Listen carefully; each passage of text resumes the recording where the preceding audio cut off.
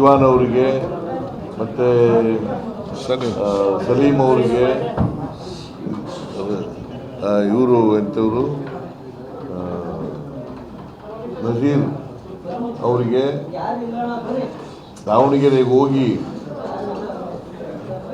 ನಾನು ನಿನ್ನೆ ರಿಪ್ಲೈ ಇದ್ದದ್ರಿಂದ ನಾನು ಹೆಚ್ಚು ಸಮಯ ಇರಲಿಲ್ಲ ನನಗೆ, ಹಾಗಾಗಿ ಇವ್ರನ್ನ ಕಳಿಸಿದ್ದೆ.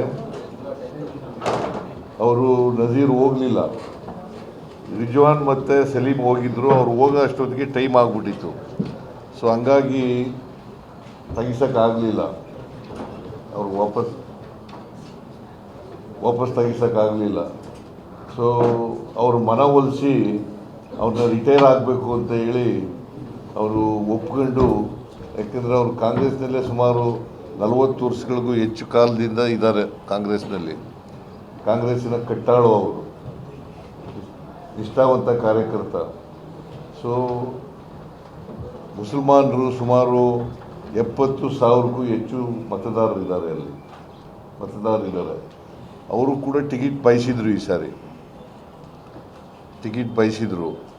ನಾವು ಹೈಕಮಾಂಡು ಇವೆಲ್ಲನೂ ಪರಿಶೀಲನೆ ಮಾಡಿ ಕೊನೆಗೆ ಮಲ್ಲಿಕಾರ್ಜುನ್ ಅವರ ಮಗನಿಗೆ ಕೊಡಬೇಕು ಅಂತ. ಯಾಕಂದರೆ ನಮ್ಮಲ್ಲಿ ಯಾರು ನಿಧನ ಆಯ್ತಾರೆ ಅವ್ರ ಮನೆಯವ್ರಿಗೆ ಕೊಡ್ತಕ್ಕಂಥದ್ದು ಒಂದು ಪದ್ಧತಿ. ಈ ಪದ್ಧತಿಯಿಂದ ಮಲ್ಲಿಕಾರ್ಜುನ ಅವರ ಮಗನಿಗೆ ಕೊಟ್ಟಿದ್ದೀವಿ, ಸಮರ್ಥನ್ ಅವರಿಗೆ.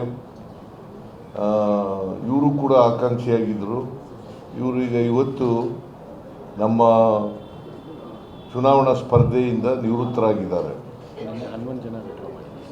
ನಿನ್ನೆ 11 ಜನ ವಾಪಸ್ ತಗೊಂಡಿದ್ದಾರೆ, ಅವರ ನಾಮಿನೇಷನನ್ನು ವಾಪಸ್ ತಗೊಂಡಿದ್ದಾರೆ. ಸೊ ಅದರಿಂದ ಸಲೀಂ ಅವರಿಗೆ ಮತ್ತು ರಿಜ್ವಾನ್ ಅವರಿಗೆ ನಾನು ಧನ್ಯವಾದಗಳನ್ನು ಈ ಸಂದರ್ಭದಲ್ಲಿ ಹೇಳಲಿಕ್ಕೆ ಬಯಸ್ತಾ ಇದ್ದೇನೆ. ಮತ್ತು ಎಲ್ಲ ಪೈಲ್ವಾನ್ ಸಾದಿಕ್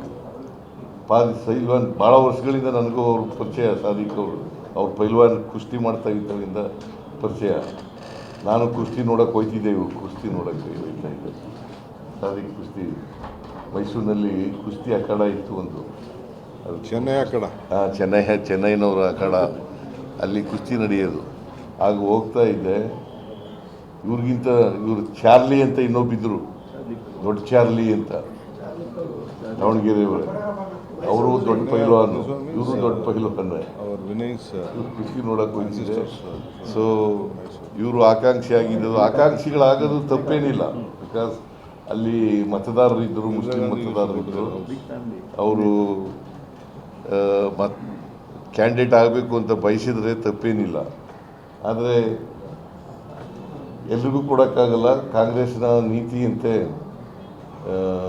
ಯಾರು ಮರಣ ಹೊಂದಿದ್ದಾರೆ ಅವ್ರ ಮನೆಯವ್ರಿಗೆ ಕೊಡೋದು ಅಂತೇಳಿ ಬಾಗಲಕೋಟೆಯಲ್ಲಿ 2 ಬೈ ಎಲೆಕ್ಷನ್ಗಳು ನಡೀತಾ ಇದ್ದಾವೆ. ಒಂದು ಬಾಗಲಕೋಟೆ, ಇನ್ನೊಂದು ದಾವಣಗೆರೆ. ದಾವಣಗೆರೆಯಲ್ಲೂ ಶಿವಶಂಕರಪ್ಪನವ್ರ ಮೊಮ್ಮಗನಿಗೆ ಕೊಟ್ಟಿದ್ದೀವಿ. ಆಮೇಲೆ ಮೇಟಿಯವರು ಕಾಲ ಆದರೂ ಅವರ ಮಗನಿಗೆ ಕೊಟ್ಟಿದ್ದೀವಿ, ಕಿರಿ ಮಗನಿಗೆ. 2 ಕಡೆ ಗೆಲ್ತೀವಿ. ನಾನು ಪೈಲ್ವಾನ್ ಸಾದಿಕ್ ಅವರಿಗೆ ಧನ್ಯವಾದಗಳನ್ನು ಹೇಳಲಿಕ್ಕೆ, ಯಾಕೆಂದರೆ ನಮ್ಮ ಮಾತನ್ನು ನಂಬಿ ನಾನು ಮತ್ತು DK ಶಿವಕುಮಾರ್ ಮಾತುಗಳನ್ನು ಅವರು ಒಪ್ಕೊಂಡು ವಾಪಸ್ ಇವತ್ತು ರಿಟೈರ್ ಆಗಿದ್ದಾರೆ. ಅವರಿಗೆ ಧನ್ಯವಾದಗಳನ್ನು ಪಕ್ಷದ ವತಿಯಿಂದ ಹೇಳಲಿಕ್ಕೆ ಬಯಸ್ತಾ ಇದ್ದೇನೆ.